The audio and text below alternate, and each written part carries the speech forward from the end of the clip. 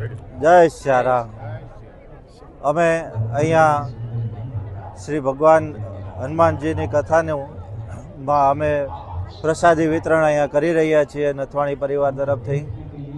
અમે અહીંયા રોજ જુદી જુદી પ્રસાદી આપી રહ્યા છીએ। એક દિવસ ગુંદી છે, ચણા છે, એવી રીતે રોજ 800 થી 1000 કિલોનું પ્રસાદનું વિતરણ કરીએ છીએ। રોજ જુદું જુદું કરીએ છીએ। તો સૌને ભક્તોને વિનંતી કે અહીંયા આવીને પ્રસાદીનો સ્વીકાર કરજો। જય શ્રી। વિચાર અમારા મોટા ભાઈને આ આવ્યો છે। મારા મોટા ભાઈ છે બિપિનભાઈ નથવાણી, એમનો આ વિચાર આવ્યો છે। એમને દરેક આ પ્રસંગે કે પ્રસાદનું વિતરણ કરવું એમને ખૂબ જ એમના દિલમાં છે।